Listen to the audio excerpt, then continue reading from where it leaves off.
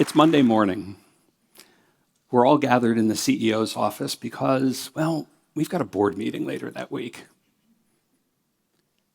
You can feel the tension in the air. All of the executives are faces down in their screens, really trying to make sure that revenue forecast is right. The room is quiet. When all of a sudden, someone clears their throat. That deal that we were counting on, it fell through. It's not closing. The CEO looked up and said, "How did we not see this coming?"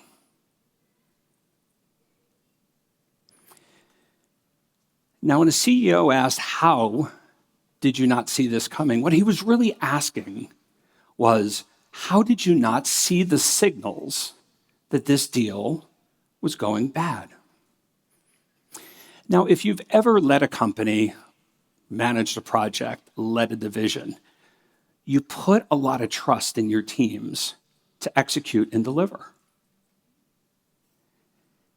And when that rug gets pulled out from under you, you have a natural response. You're shocked, you're upset, you're mad. But what you realize in the moment is the future just changed. So what that CEO experienced when that deal fell through was this agony of surprise. Now, before any decision is made in any large business-to-business purchase, there are signals. There are things that you can see about a deal. And so looking back on that deal that didn't go through, which caused the team to bring a really bad story to the board, what the team failed to see was the executive buyer that was sponsoring the deal on the customer side stopped returning calls. What the team failed to see was the internal coach went dark. The team failed to see a new executive that showed up in the last meeting that looked at the demonstration and said, "Wow, this is great, but we'll think about it."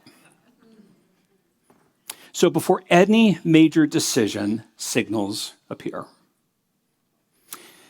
Now, for years, I helped companies build pipeline, really big pipeline.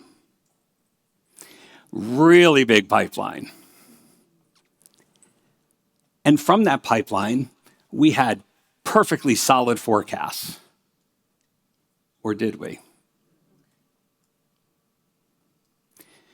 One of the things that we would see is when a deal would not move forward to closing, rather than point at each other, what we had to grasp as a leadership team is long before the deal goes bad, or long before the customer doesn't renew, or long before the market shifts, there are these signals. We have to see the signals. So when we're talking about signals inside of an organization, what we're talking about are the things that impact the buyer's world. And these are things like a new executive joined their team, a new regulation has just hit their industry, tariffs, taxes, competitive moves. All of these changes impact the buyer's world. And without us understanding all of those things that impact the buyer's world, we're creating a false signal to our company around our pipeline health. So I was not very good at seeing signals, just like those sales leaders earlier that lost that deal. I have to admit it. So when going back and looking at deals that we had in my big pipeline that never went through to close, we try to understand what happened. What we learned about those deals in the pipeline that never moved forward to close, where there were signals that we were missing. And as I looked at the deals, I said, wait, let's just not focus on why the deal was lost. I think there's something else that's now come to the surface. And what we learned by digging in was customers, these buyers, were making decisions on their own. They were making decisions, and we weren't in the room. They were making decisions on how to proceed forward, and we were never invited to be part of the conversation. So what we learned was deals were not dying at the end of a pipeline in the final mile. No, what we learned were there were decisions that were made at a different point in time that we were not aware of. So when you think about this conversation of pipeline and signals, signals do appear before any major decision. But that's just not in business or just in sales. No. In fact, a friend of mine, a super healthy, always on the go, marathoner, never sitting still, friend of mine. He was telling me the story of how he woke up one day and he had a shortness of breath, a signal. He went in for a routine doctor's visit. They ran labs, and something showed up. Another signal. Not a diagnosis, just another signal. So they continued to do some evaluation work, and what they discovered through a series of testing is he had a baseball-sized growth sitting right on his heart.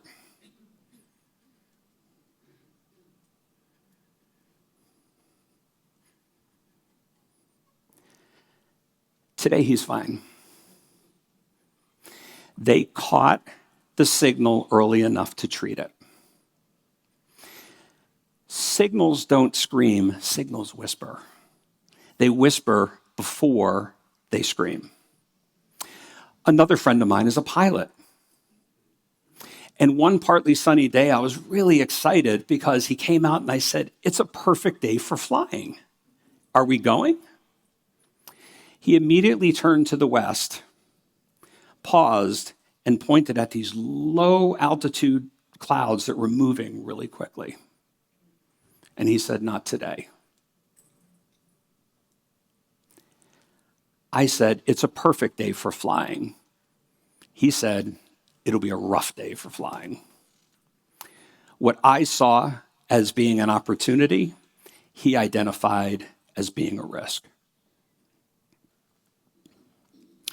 So today, organizations that are winning in the marketplace, they're not focusing on how do we build more pipeline.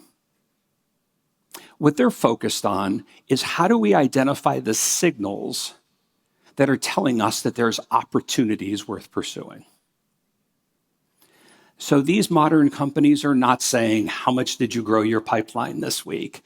They're asking really curious questions like, what are we learning? What are we learning from our buyers? So it's Monday morning again. The same executive team is sitting, getting ready for that board meeting, but there's a different tone in the room. Because these executives, they had been monitoring the signals. They had made adjustments with all of their key deals within their pipeline, and they didn't feel uneasy. They actually felt fairly confident. So when we think about signals, think of like a tsunami warning. So when a tsunami alarm goes off, the alert itself will not protect you from getting hit, but it will give you time to move. And so organizations today are listening to those signals and asking themselves not how are we going to build more and greater pipeline, but how are we going to be more responsive to what is in our environment. And so finally, the leaders of today that will win tomorrow, the only thing that they have to figure out is when will they see all of these signals around themselves and learn to pay attention to them. Thank you.